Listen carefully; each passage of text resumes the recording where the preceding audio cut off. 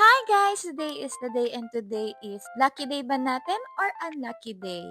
So, let's start to our claw machine. So, let's start with Kirby kasi kulay pink siya. So, tingnan nyo kung swerte ba ako. Ginawa ko yung mga technique dyan eh. 'Di ba napakaswerte ko talaga? So, second try ulit tayo. Di tayo papayag na hindi natin makukuha si Kirby.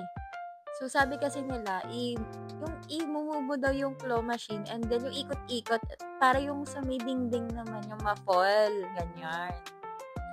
Pero epic fail talaga. Hindi ako marunong. Medyo nakakainis na. Nakakailang try na ako. So, hulaan nyo guys kung ilang attempts ang magagawa ko para makuha yung si miniature na Kirby na yan. So, bale, one try is 100 yen.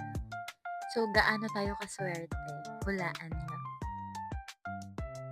So, ang ending po niyan, hindi ko po nakuha si Kirby. So, ang daming mga variations ng mga claw machine or mga prizes dito. And super cute niyan. And look, ang cute ng mga sushi.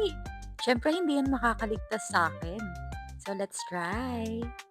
First attempt. So, hulaan nyo kung anong kulay ng sushi ang kukunin ko. Ping pong! Kulay pink po talaga. At syempre, hindi na naman natin nakuha. Second attempt.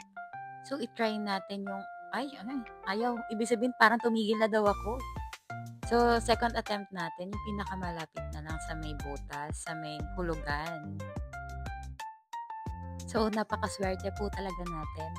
So, dito na lang tayo sa gachapon. Kasi kahit anong hulog mo dyan, may makukuha ka.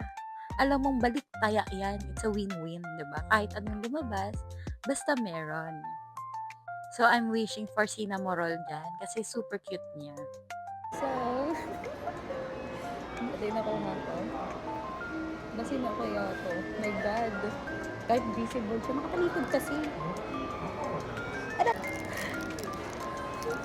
Hala, ang cute. Hala, ang cute, doggy. Hala. Ay, let's see. Lang, ganun. Hindi ko rin.